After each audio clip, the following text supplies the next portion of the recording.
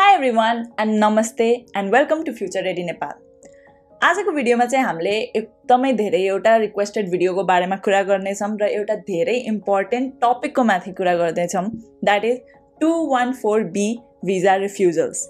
Now if तपाईले USA को visa इन्टरभ्यूको प्रोसेसमा थाहा छ तपाईले कसरी कुराहरु हुन्छ भने तपाईले यो पनि थाहा होला कि धेरै स्टुडेन्ट्सहरु रिजेक्ट हुन्छन् आजकल and the rejection is mostly 214B visa refusal.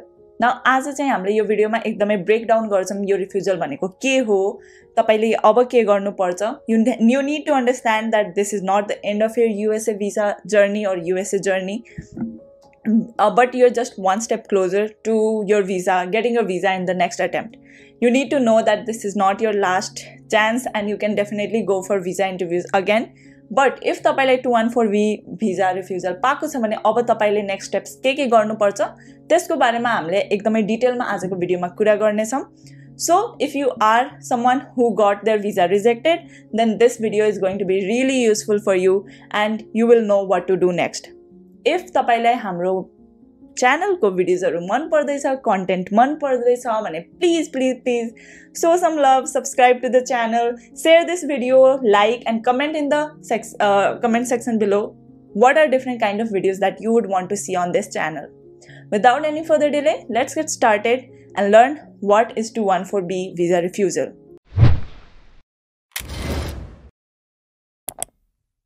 Okay, let's start with the video and सबैभन्दा पहिला चाहिँ हामी कुरा गरौँ 214B visa refusal भनेको हो चाहिँ के. So, when you go to give your visa interview हैन VO ले तपाईले केही क्वेशन्सहरु सोध्छ तपाईले त्यसको आन्सर्सहरु दिनुपर्छ र त्यसको बेसिसमा चाहिँ तिनीहरुले जज गर्छन् if they want to issue you a visa or not. Now, तपाईको answers are not the only thing that plays a role here, but तपाईले पहिले एउटा फर्म भर्नु भएको हुन्छ हैन before going in for the visa interview. त्यो फर्ममा लेखेको कुराहरुले पनि एकदमै धेरै ठूलो रोल प्ले गर्छ तपाईलाई भिजा पाउँछ कि पाउँदैन भन्ने कुरामा. So you have to understand that तपाईको visa process that starts from that form and ends with your interview.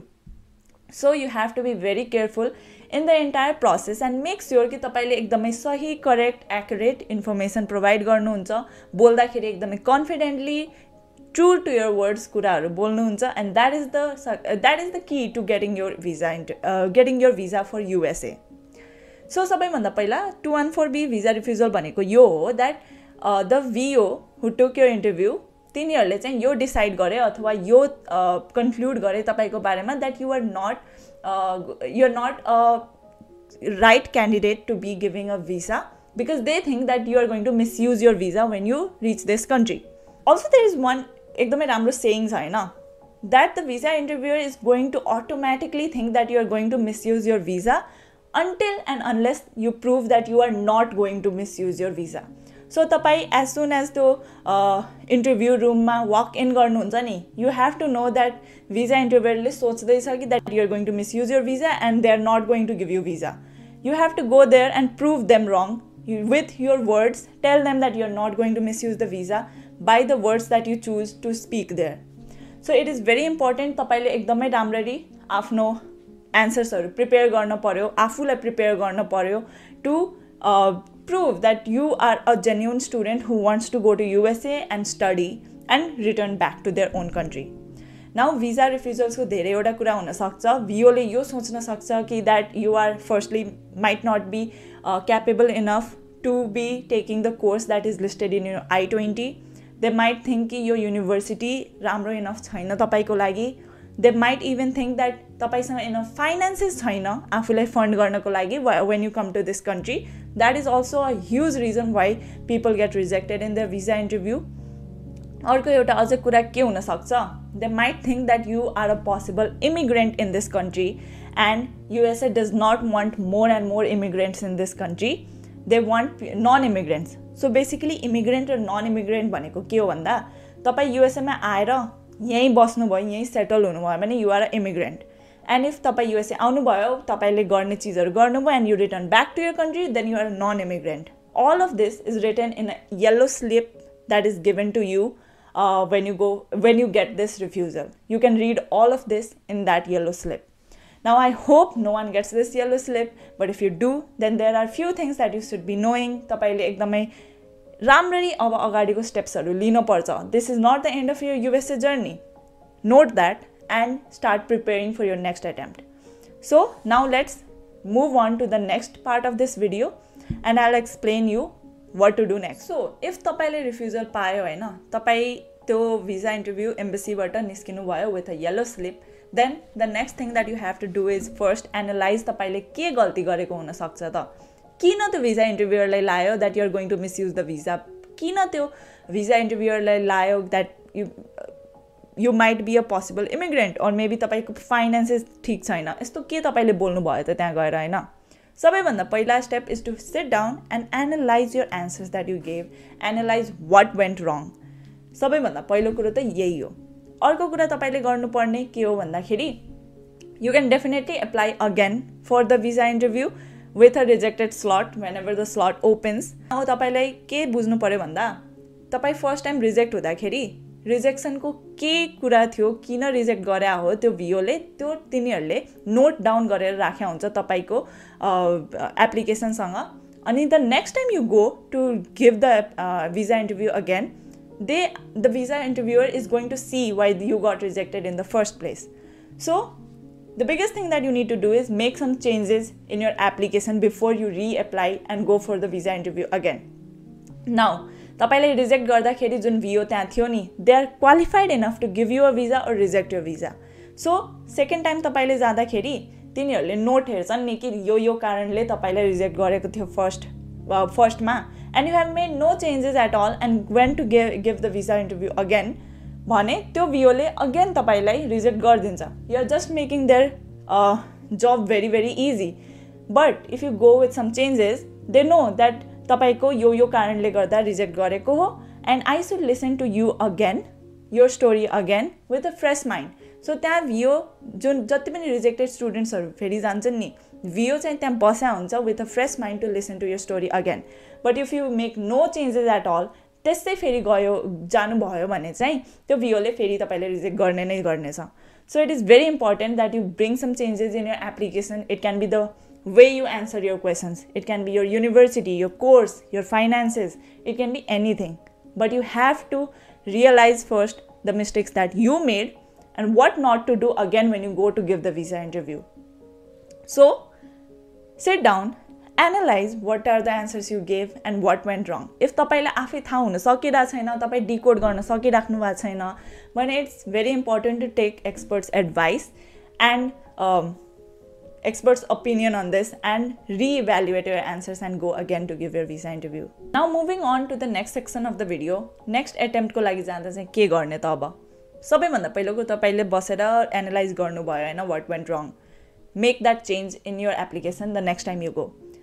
There can be various kind of changes that you can make, but I want to just emphasize that change गर्नै पर्छ भन्ने हुँदैन हैन. Maybe तपाईको university selection राम्रो थियो, COA राम्रो थियो, तपाईको फाइनान्शियल डकुमेन्ट्सहरु सब सही र राम्रो थियो, तपाईको युनिभर्सिटीको प्रोफाइल राम्रो थियो, तपाईले एकदम कन्फिडेन्टली कुरा गर्नु भएको हुन सक्छ, सबै कुरा हुन सक्छ हैन, सबै कुरा सही हुन सक्छ, but you still might get rejected हैन. The only thing you can do now is don't change anything, but when you go back हैन फेरि इन्टरभ्यु दिँदाखेरि भने when they ask you what changes you have made, you can say something like, I would like to explain that during my previous interview I was very nervous and unfortunately unable to convey my story effectively to the VO. However, this time I am feeling confident and have come with a clear and positive mindset. I am eager to share my complete story with enthusiasm and hope that you will give me an opportunity to do so. This sounds much more better than just saying no changes from last time. So यो कुराको चाहिँ तपाईले ध्यान राख्नु. The way you speak, the way you communicate plays a huge role in getting your visa accepted or rejected. तपाईको सबै कुरा सही हुन सक्छ हैन, तर तपाईलाई बोल्नै राम्रो आएन भने it's never going to get accepted. Keep that in mind when you go to give your visa interview. Now next, तपाईले बसेर सोच्दाखेरि figure out गर्नुभयो that there are things that lack in your application for visa हैन. तपाईको युनिभर्सिटीको profile लो ranking हुन सक्छ. So try to apply to a high ranking university maybe don't compromise on the CEO and all. There are many universities जुन राम्रो ranking को छ with less fees as well. You have to find that, you have to research that, take experts' opinions and stuff like that if you want to do that again, हैन. अर्को कुरा के हुन सक्छ भन्दाखेरि चाहिँ मेबी यस्तो हुन सक्छ एउटा स्टुडेन्टको प्यारेन्ट्स आर अ शपकिपर हैन, एउटा किरानाको पसल छ हैन काठमाडौँमा, एन्ड दे आर सेइङ कि $50,000 per year कमाउँछ. It might sound unrealistic to a lot of the viewers because तिनीहरू नेपालमै बसिरहेछन्, तिनीहरूलाई थाहा छ नेपालको कस्तो के चलिरहेछ, एउटा किराना पसलले कति बनाउँछ, सबै कुरा थाहा हुन्छ कि एउटा भ्युलाई. So don't try to fool them. एकदमै फाइनेन्सियल डकुमेन्ट आफ्नो सही देखाउनु पर्यो. अर्को कुरा के हुन सक्छ भन्दाखेरि तपाईँ कन्फिडेन्टै नहोला हैन, त्यो केसमा त यत्तिकै रिजेक्ट गरिदिन्छ. VOले सपोज सोध्यो why did you choose this course and you are answering why did you choose this university, they are definitely going to reject you because first of all तपाईँले सुन्नु नै भएन क्वेसन हैन, and there are high chances तपाईँ नसुन्नु होला क्या question. But that doesn't mean that you don't ask again. तपाईँले सोध्न सक्नुहुन्छ sorry I didn't hear the question, can you repeat again. It's so simple. यति कुरा गर्न सकिन्छ क्या. द VO अल्सो नोज त्यहाँ एकदमै धेरै नोइज छ, स्टुडेन्टलाई नसुन्न सक्या होला. It's completely fine to ask them the question again. So don't hesitate to do that. Instead of answering the wrong answer, it's much more better to just ask, what did you ask again? Okay? So that's one thing. After that, अर्को reason के हुन सक्छ भन्दाखेरि तपाईको युनिभर्सिटीको cost of attendance एकदमै धेरै high होला हैन. That also is a reason, especially in Nepal. I'll tell you why. किनभने नेपालको नेपाली स्टुडेन्टहरूलाई लोन पाउन एकदमै गाह्रो छ. You know the situation Nepal is in. You know that banks are not going to give you education loan. And so does the VO. They also know that loans यहाँ पाउन एकदमै गाह्रो छ for education.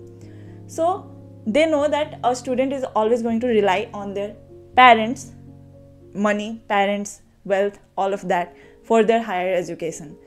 So you cannot choose a university which has a huge cost of attendance until and unless your family is really wealthy. If your family is really wealthy हैन, तिनीहरूले एकदमै afford गर्न सक्छ भने you should definitely show that your family can afford it and you can go to this university and pay that much of fees. But if you cannot, try to find a university with low COA, but do not compromise on the university profile, ranking, all of these. At last, once you have fixed all of these issues हैन, तपाईँ एकदमै confidently फेरि जानुस् हैन, book गर्नुस्, फेरि visa interview दिन जानुस्. Be very polite, be very good at speaking, be confident, be ready with all the details of your entire course, your university, why do you want to go, all of that हैन. एकदमै confidently जानु, and there is no way that you are going to get rejected again. It's very important that you really prepare for these visa interviews if you really want to get accepted. That was all for तपाईको 214B visa refusal छ भने के गर्नुपर्छ भन्ने कुरा चाहिँ. Now there is a small request that I want to make. If तपाईको visa interview reject भएको छ हैन, तपाईको visa reject भएको छ for USA भने please share your experience with us in the comment section or maybe DM us on Messenger. We would love to just review your answers and tell you what are the mistakes that you made. We can even make a video keeping everything anonymous. We will not tell your name or anything like that. We will just share your experience with the entire community so that everyone else can learn what mistakes not to do. So if you are comfortable in that, then please do share your visa interview experiences and we will be more than happy to review your experience and give you tips on what to do next. That was all for today's video. I hope you enjoyed it. I hope you learned something from it. And if you did, then please subscribe to the video, subscribe to the channel, like the video, share with your friends who might have got rejected, give them some hope because this is definitely not the end. And I'll see you again in the next video. Till then, take care and bye-bye.